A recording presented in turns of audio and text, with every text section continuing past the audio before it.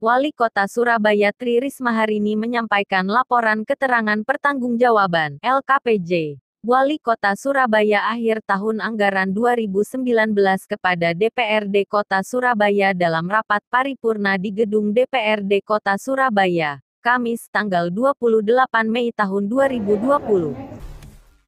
Dalam kesempatan itu, Wali Kota Risma memaparkan laporan berbagai program pembangunan selama 2019 di hadapan Ketua DPRD Surabaya, Adi Sutarwijono dan para wakil ketua serta anggota DPRD Kota Surabaya. Baik yang hadir di ruang sidang paripurna DPRD maupun yang mengikuti rapat secara virtual. Dalam paparannya, Wali Kota Risma mengatakan, pada tahun 2019 anggaran pendapatan pemerintah kota, Pemkot, Surabaya ditetapkan Rp 8,73 triliun dengan realisasi pendapatan daerah Rp 8,76 triliun atau 100,37%.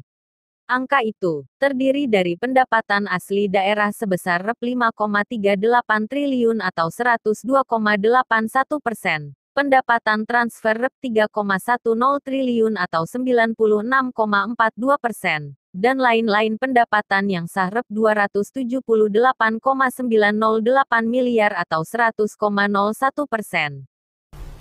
Tingkat kemandirian ekonomi di tahun 2019 juga dapat terlihat dari besarnya kontribusi pajak hotel dan restoran serta pajak bumi dan bangunan sebesar 50% dari total pajak daerah yang diterima Kota Surabaya, kata dia.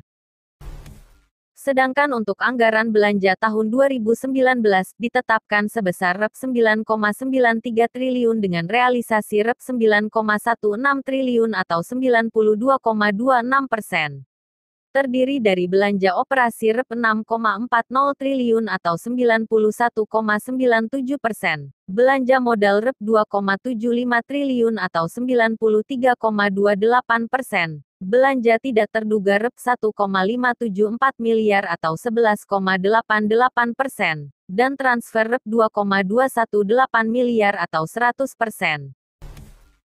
Wali Kota Risma menjelaskan, dalam persaingan global, Pemkot telah menyediakan berbagai fasilitas untuk mempermudah investasi, seperti mal pelayanan publik, hingga perizinan online melalui Surabaya Single Window (SSW).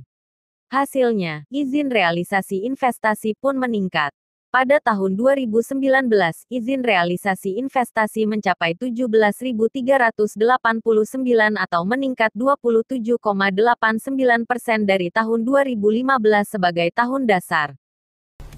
Tidak hanya pada kemudahan investasi, dukungan terhadap usaha mikro kecil dan menengah, UMKM, juga dilakukan.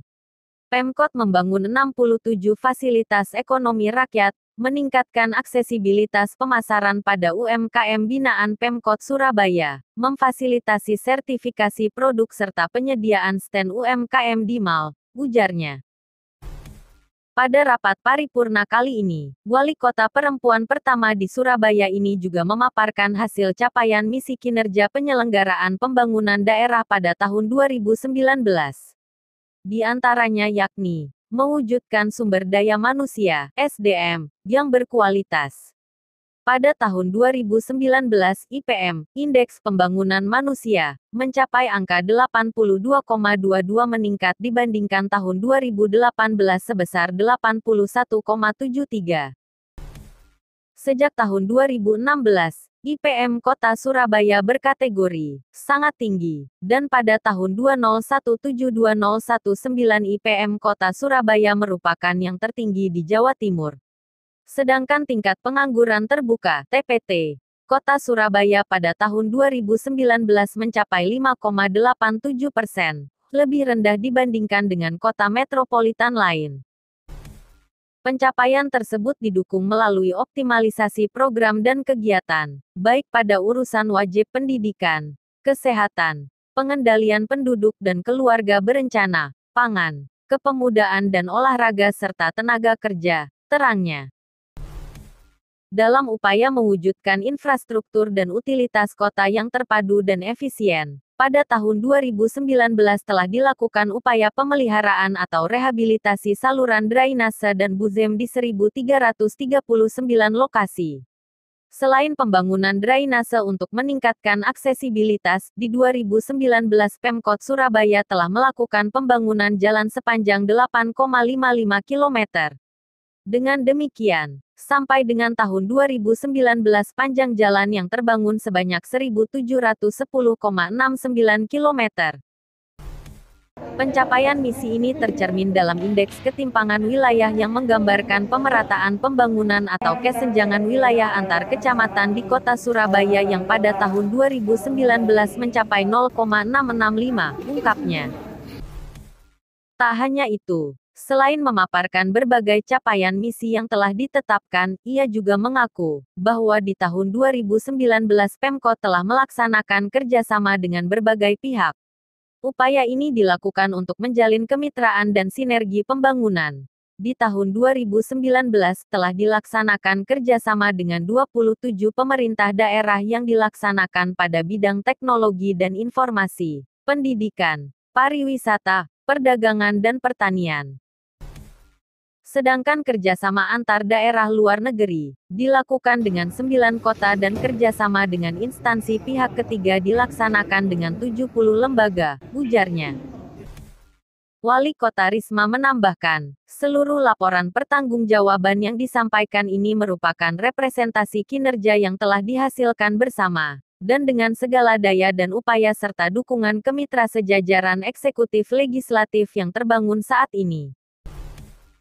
Saya berharap penyampaian laporan ini merupakan sebuah laporan pertanggungjawaban yang hasilnya akan menjadi bahan evaluasi dalam penyelenggaraan pemerintahan Kota Surabaya di masa mendatang, pungkasnya. Sebagai diketahui, selama masa pandemi COVID-19, rapat paripurna di gedung DPRD Kota Surabaya dilaksanakan melalui protokol kesehatan dan menggunakan video telekonferensi. Upaya ini dilakukan untuk mengantisipasi penyebaran COVID-19.